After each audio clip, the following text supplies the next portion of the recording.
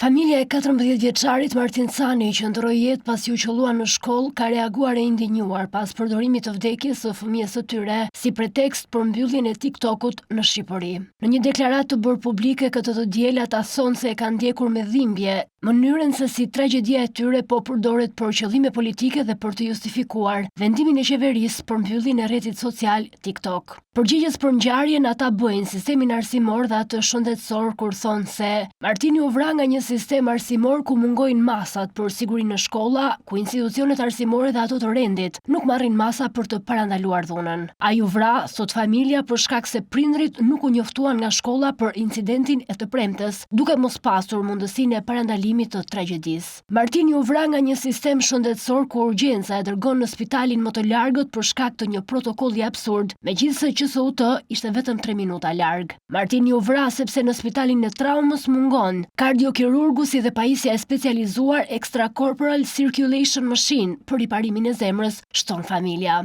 Me dhimbjes që ndjejnë muaj pas humbjes së fëmijës së tyre, familja Martin Canit thot se ajo që po e vret të birin për së dyti është mungesa e drejtësisë dhe papërgjegjshmëria e institucioneve. Duke theksuar se nuk pranojnë që emri i Martinit të përdoret për të justifikuar vendime politike që nuk kanë të bëjnë me vrasjen e tij, familja vëren se në vend që të merren masa për rritjen e sigurisë në shkolla, për të forcuar edukimin dhe ndërgjegjësimin e të rinjve, për të parandaluar raste të tjera tragjike, qeveria po kërkon të zhvendosë vëmendjen dhe të shmang përgjegjësinë e saj reale. Në fund të deklaratës, ata kërkojnë që i biri të mos vritet për së dyti me hipokrizi dhe manipulime politike.